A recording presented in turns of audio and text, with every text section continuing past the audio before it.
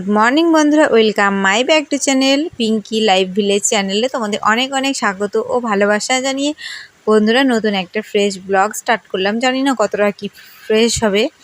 তো তোমাদেরকে ভিডিও শুরুতেই একটা কথায় বোঝানোর চেষ্টা করছি যে একটা বোরিং কাজ, এই কাজটা করতে আমার কাছে ভীষণ ভীষণ বোরিং লাগে বন্ধুরা। বিছানা গুছানো একঘেয়েমি একদমই ভালো আমি বাসি না, পছন্দ করি না সেরকম বলতে পারো।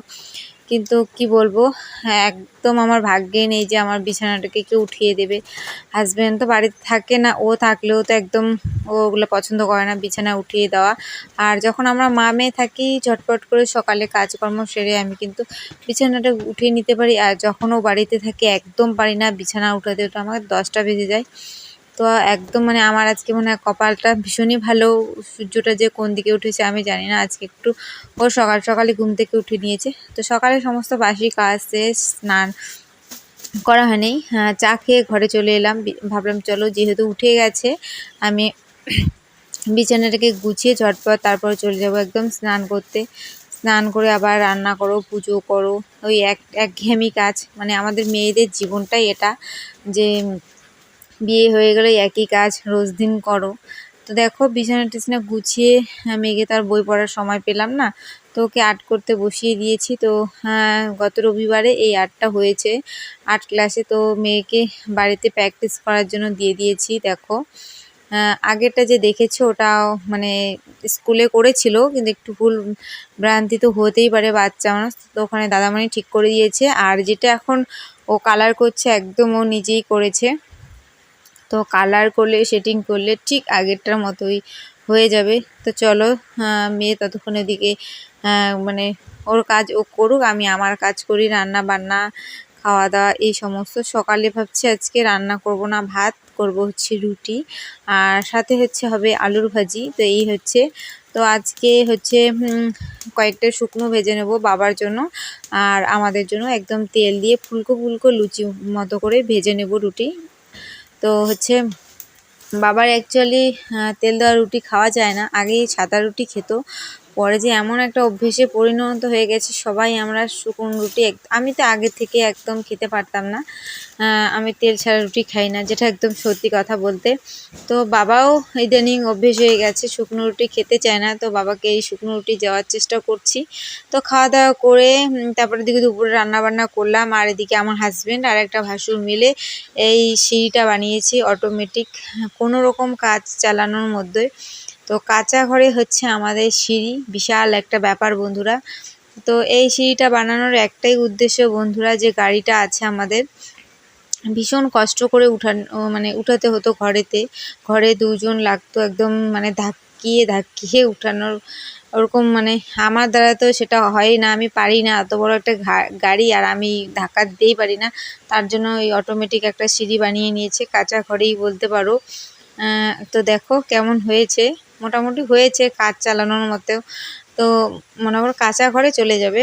তো চলো এখন মেয়ে ওদিকে দেখো কি কাণ্ড করেছে, মোবাইল নিয়ে ওইদিকে ও রিলস করার একদম ব্যস্ত হয়ে উঠেছে।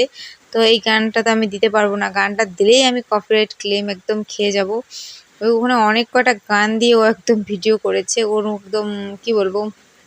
তো ভাবলাম চলো তোমাদের সাথে শেয়ার করি আমাদের পাকা গিন্নির পাকা পাকা কাজকর্ম। দেখো কত রকম ভঙ্গিমা করছিল, সাথে ওর পিসিরাও আর কি ভিডিও করছিল তার জন্যই। তো তারপরে খাওয়া দাওয়া হয়ে গেছে, এখন ঘুরতে যাবে আমার বড়মশাই বলতে পারো, আমার মেয়ে আর আমার ননদ। তো ওদেরকে বলছে চলো তোমাদেরকে একটু ঘুরিয়ে নিয়ে আসি। তো ওরা প্রোগ্রাম করেই চলে গেল আমার ননদের বাড়ি তো ঘুরতে।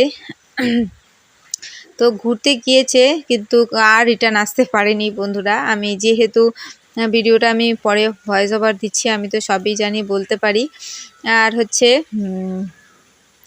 ওরা যাওয়ার পর এখানে আমি অনেকক্ষণ ধরে বসেছিলাম, সবাই মিলে গল্প গুজব আড্ডা এই হচ্ছিল আর কি বন্ধুরা। একা একার বাড়িতেও ভালো লাগছিল না, মেয়েও চলে গেল।